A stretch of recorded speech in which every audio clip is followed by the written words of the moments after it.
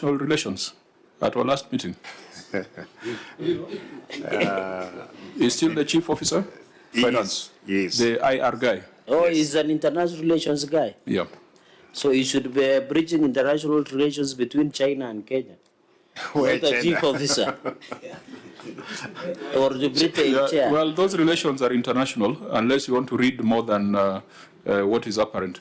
Members, let's make progress. A new rule, Chair. We said that the clerks of Parliament, in our invitation, will make it explicit that part of the delegation accompanying the CEO should be the signatories to the financial statements, the chair of the county audit committee, as well as the secretary of the audit committee. And the secretary of the audit committee is the internal auditor, beside the chair of the public accounts committee. We want to have the right people in the room so that we can have a comprehensive conversation. So members, let's take note that whereas the OAG says that the documents have been provided, the county has not demonstrated any effort to implement the recommendation of the committee to reprimand or to take administrative action on the officers. We shall render our report and take it to the House because the Public Audit Act says that anyone who fails to implement the recommendations of the committee without providing a good cause, I think there's a way it's framed. Does it say he commits an offense or can be found to be in contempt of Parliament? And the committee may propose certain administrative action. Actually, that's where the law gives us the power as Parliament to make HR-related decisions. You fail to take, and I think it's important to read that provision. Mark Gashanja had read it the other day. Malcolm. Chair, as Malcolm reads, I think you were busy consulting. The governor was on record to apologize, so you can factor in before making that ruling. Because he apologized for that oversight so that you add other rule. Thank you. Okay. Yes, proceed. Read that provision. The chair will read implementation, section 53 of the Public Audit Act, implementation of reports by an accounting officer. Subsection 1, the relevant accounting officer of a state organ or public entity shall within 3 months after Parliament has considered and made recommendations on the audit report, A, take the relevant steps to implement the recommendations of Parliament on the report of the Auditor General, or B, give explanations in writing to the Parliament on why the report has not been acted upon. Subsection 2, failure to comply with the provisions of subsection 1, the accounting officer shall be in contempt of Parliament or County Assembly, and upon determination by Parliament or relevant County Assembly, Parliament or the relevant County Assembly may recommend administrative sanctions such as removal of the accounting officer, reduction in rank, among others. I think when we are doing a report, we shall refer to that provision of the law and make the necessary recommendation. Chair, because we are still within the 3 months, and given that the governor could still be ready to render some administrative action, is it then possible to give them some few days to act, or at the lapse of before we do report writing, or if they don't within the 3 months, then we take that part, that direction we take. Chair, point of order. He has already pronounced himself. I think, honourable members, let's refer to that provision. We can have this conversation when you're making our recommendations to the House. Governor? Chair, again, I want to agree with what Senator Maluma just mentioned. No, if you are reopening my ruling, then that will not be allowed. Chair, it's not opening. I think let's leave it at that point. Yes, I wanted to inform you that, again, as we are appearing before you, we're within the 3 months that you gave us. Therefore, if I will indulge you, that if it's possible, there any other response. Point of order, Chair. The governor does not have power to indulge you. Is that way? Governor, these are very small matter. We have much bigger issues in this report. Let's leave that matter where it is. It is within, not after. So within could mean the first day, or it could mean the last day. And in any case, our resolution was made on 27th of March. Even if you are talking of after 3 months, you'll remain with only 3 or 4 days to get there. So let's leave this matter to the wisdom of the committee so that we deal with far weightier issues on this report. OAG, the third issue that we're ticking off. Chair, that's page 27, issue number 32, delayed alteration or renovation to the governor's office at old municipal building. Again, this is complete. We have seen the completion certificate. The building is currently in use. Same observation, Auditor General. You did not refer to our recommendation in marking the matter as closed. Is there evidence of administrative action taken against the officers? Chair, no, there is no evidence in terms of administrative action that has been taken. Governor, despite provision of the documents, how did you deal with the delayed submission of documentation as per our committee recommendation? Chair, again, is the same approach. I want to say that, again, I will apologize on the point of not providing documentation showing that there was an action, administrative action taken to my people. But I want to say they are there. So, OAG, the work is complete. At least as far as effectiveness is concerned, we can tick. Yes, Chair. So, the work is complete. And so the issue could just be the lawfulness aspect. the delay part of it, that's what the audit has really raised. Is the project has been delayed. Yeah, that's part of the lawfulness, yes, because yes. if the Public Audit Act requires the entity to do something and they don't do, so you can say you have ticked it for effectiveness, but not necessarily for lawfulness. You are required to report on effectiveness and lawfulness of public expenditure.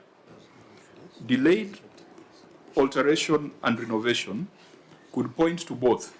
But now you are telling us it is complete. So it is effective. There is value for money. Yes. But lawfulness, there is some breach of the law somewhere because the documentation was not provided when required as per the Public Audit Act. Are we on the same page, Dr. Yes, yes. Fine. So we shall also deal with this as we had recommended on the other one, perhaps refer to Section 51 of the Public Audit Act and maybe find the accounting officers to be in breach and contempt of Parliament. Next, resolved issue. Chair, I think those are the 4 issues that have been resolved. So those are 4. Yeah. So when you made your report on 31st of December, there were 64 issues. When the county appeared before us on when we sent our report to the House on 27th of March, we had 52 issues. And today, on 23rd of June, we have 48 issues outstanding. It means how many have been resolved so far? 16. We have 16 issues resolved from the initial 64 in the audit certificate to the 48 remaining here. OAG, is that the case? Correct, Chair. That's the position. So the question is, how do we deal with these 48 issues? Do we conduct an audit here? Or we direct the Auditor General to subject them to comprehensive scrutiny in the next audit cycle? Now, in terms of best practice corporate governance, that's what usually happens, that when the entity is unable to explain something, either the committee pronounces itself and puts in place sanctions, or it allows the auditor to report on them in the next audit cycle as prior year issues.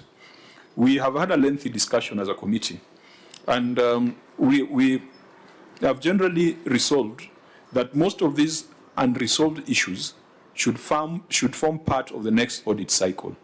However, there are certain issues that are so significant that we must pay attention to them, even if they are still going to be referred to the next audit cycle. And I think the elephant in the room is a wage bill. So, Auditor General, let's go to your finding on the wage bill, and then let's see how the county has responded and what measures are being taken to deal with that. Small request, Chair. Yes, Senator. If you go to the report on the Senate County Public Accounts Committee on their report, the basis that gave the qualified opinion, I would really wish to you that we follow this structure, because you have each and every item which has been raised, and those which have been answered, I think you've talked about them. Those you are not, we then run through them. If there is no explanation and all that, then we make the recommendations.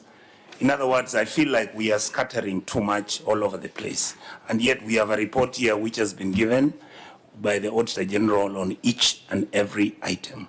I'd rather we go through each and every item according to your recommendations in terms of the ones which are critical, but the ones which you're feeling that the issues can be discussed later after he has done an extra audit, then I would recommend that we look at it that way. I don't know what you feel about it.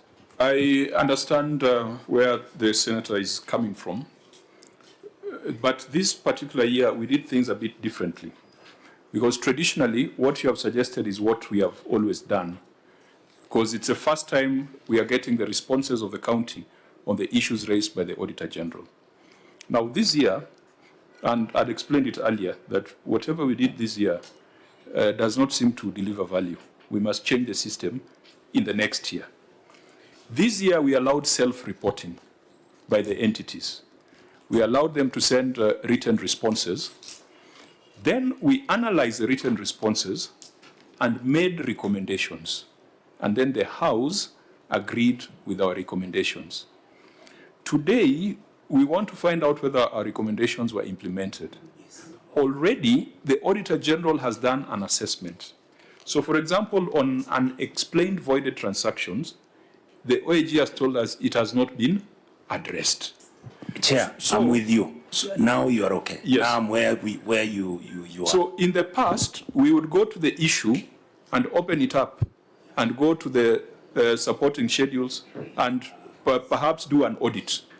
We realized that it was not the best use of this committee. So I just want to persuade you that whatever we have here has already been processed and taken to the House. And the auditor has done a verification. If the auditor says it is not addressed, I do not think that there's any convincing that the governor can do to tell us that it is addressed. So the remaining 48 issues remain unresolved and to be carried in the subsequent audit. But there is an issue which recurs, I think it's in 4, 5, 6, 7 different paragraphs. Compensation of employees, irregular recruitment, wage bill, and lack of fiscal responsibility. I think we owe the people of Kisii an explanation as to why your wage bill is at 68%. The rest of the transactional issues, interest, lack of documents, unsupported expenditure, if the auditor says it is unsupported, it is unsupported. There's nothing we can do about it. And when we are writing our report, we will just make recommendations for investigations and prosecution. And for Senator the Baruma. comfort of the senator, if an issue is not addressed, then in the next audit report, it would appear well enumerated to the end, so it will not get lost. I am actually agreeing with you. In other words, I had not got, when we had the pre-meeting, chairman said that whatever that has already been concluded, we leave it alone. So my suggestion is proceed, sir. Correct. I am comfortable. And just to buttress this, I know we have been in this committee.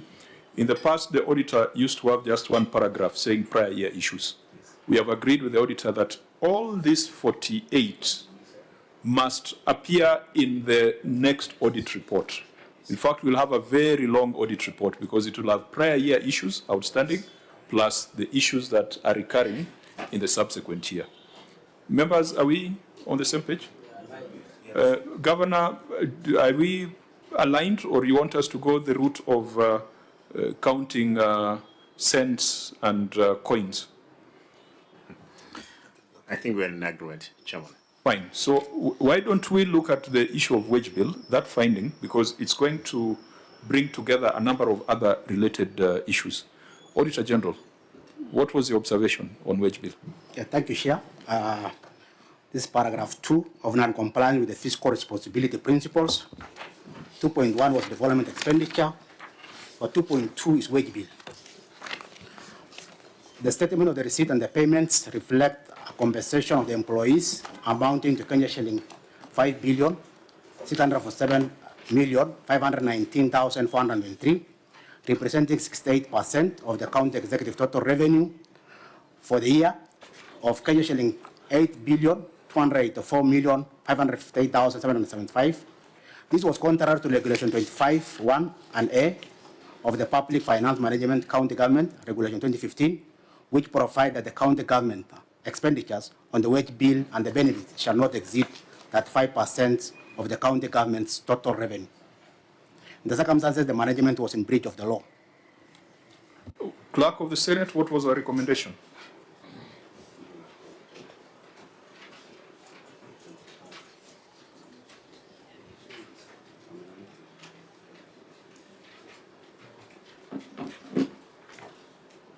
Thank you, Chair. The first recommendation was that the management should strictly adhere to the provisions of paragraph 25, 1B of the PFM County Government Regulations 2015, which stipulates that the county wage bill shall not exceed 35% of the county's total revenue. And recommendation number 2 was that the county executive puts in place measures to enhance its own source revenue collection to address the high wage bill gap. Thank you, Chair. Governor, what action have you taken? Chair, as I will read the action that you have taken, but bearing in mind, Mr. Chairman, that this is a problem, it's a perennial problem that we have found in office, and we are trying gradually to see how we sort it out. Earlier, we were discussing about what we have addressed on issues of wage bill on ECD teachers. You realize that we are talking of minimum wage, where we are earning 12,000. Therefore, now the wage bill has to go up. Governor, it's a good explanation, but let's start by looking at your response on record, and then after that you can make the explanation. Chair, what we have done is the county government. It's on page what of your response? Page 8 of 46.